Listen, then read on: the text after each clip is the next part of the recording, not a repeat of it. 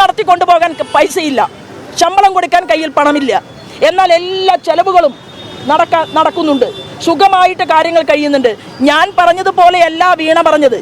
വീണ ഡൽഹിയിൽ സമരം നടത്താൻ പോയത് ക്യൂബയിലേക്കുള്ള വഴി തേടിയിട്ടാണ്. അപ്പോൾ അത് രണ്ടും ഒരുമിച്ച് വായിക്കേണ്ട. ആശാപ്രവർത്തകർക്ക് വേണ്ടി നമ്മുടെ ഒരു പ്രമുഖമായിട്ടുള്ള മാധ്യമത്തിൻ്റെ അവതാരികയ്ക്ക് അരമണിക്കൂർ സമയം കേന്ദ്രത്തിൻ്റെ ആരോഗ്യവകുപ്പ് മന്ത്രി നദ്ദാജിയുമായി കാണാനും സംസാരിക്കാനും സാധിച്ചിട്ടുണ്ടെങ്കിൽ ആരോഗ്യവകുപ്പ് മന്ത്രി വീണയ്ക്ക് സമയം കിട്ടാതെ പോയി, സമയം കൊടുക്കാതിരുന്നു എന്നൊക്കെ പറഞ്ഞാൽ അത് വിശ്വസിക്കാൻ മാത്രം വെള്ളരിക്കപ്പട്ടണമല്ല ഈ കേരളം എന്ന് ഞാൻ ഓർമ്മപ്പെടുത്തുകയാണ്.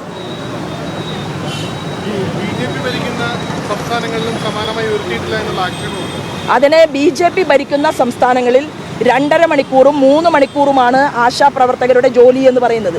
അതിനനുസൃതമായിട്ട് അവിടെ കൊടുക്കുകയും ബാക്കി കേന്ദ്ര ഗവൺമെൻറ് ആ കാര്യത്തിലും ഈ തീരുമാനം തന്നെ എടുത്തിട്ടുണ്ട്. അവർ മനുഷ്യത്വപരമായിട്ടുള്ള നിലപാടുകളുമായിട്ട് മുന്നോട്ട് പോകുന്നുണ്ട്. ആന്ധ്ര ഗവൺമെൻറ് വ്യക്തമായിട്ട് അവർ പ്രാവർത്തികമാക്കി കാണിച്ചു കൊടുത്തിട്ടുണ്ട്. നമ്മൾ എന്തുകൊണ്ടാണ് കേരളത്തിൽ അമ്മമാർ ഇങ്ങനെ റോഡിൽ കിടക്കുന്നത്? ഇതാണോ കേരളം? കേരളത്തിന് ഈ കാര്യത്തിൽ മാത്രമേ സാമ്പത്തിക പ്രതിസന്ധിയുള്ളൂ? കേരളത്തിന് ബാക്കി എല്ലാ കാര്യങ്ങളും നടക്കുന്നുണ്ടല്ലോ. എല്ലാ കാര്യങ്ങളും നടത്താൻ കയ്യിൽ പണമുള്ള, അല്ലെങ്കിൽ അതിനുവേണ്ടി കോടിക്കണക്കിന് രൂപ കടം വാങ്ങാൻ തയ്യാറുള്ള, അതിന് പ്രാപ്തിയുള്ള ഈ കേരളത്തിൻ്റെ ഗവൺമെൻറ്റിന് എന്തുകൊണ്ടാണ് ഇക്കാര്യത്തിൽ മാത്രം ഇരട്ടത്താപ്പ് സ്വീകരിക്കുന്നത്? അതല്ലേ ചോദ്യം. തദ്ദേശ സ്ഥാപനങ്ങൾ പണം കൊടുക്കാൻ തീരുമാനിച്ചിട്ടുണ്ടല്ലോ, അധിക BJP അടക്കമുള്ള തദ്ദേശ സ്ഥാപനം. MP രാജേഷ് പറയുന്നത് അതൊക്കെ ഒരു കബളിപ്പിക്കലാണ്, അപ്രായോഗികമാണെന്നാണ്, അതൊന്നും കൊടുക്കാൻ കഴിയുന്ന കാര്യമല്ല എന്നാണ്.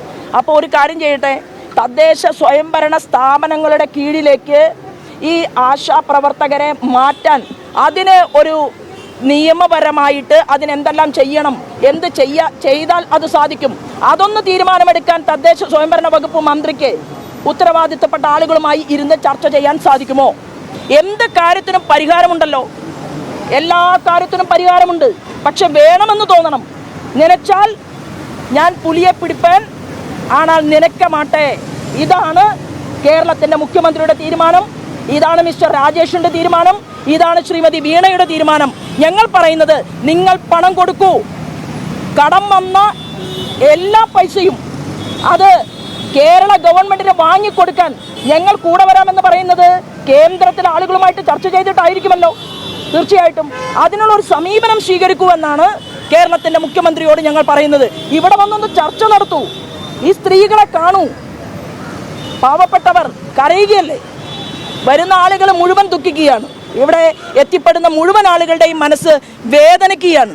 എന്ത് നീചമായിട്ടുള്ള ഒരു സമീപനമാണ് ഈ ഗവൺമെൻറ് സ്വീകരിച്ചുകൊണ്ട് മുന്നോട്ട് പോകുന്നത്?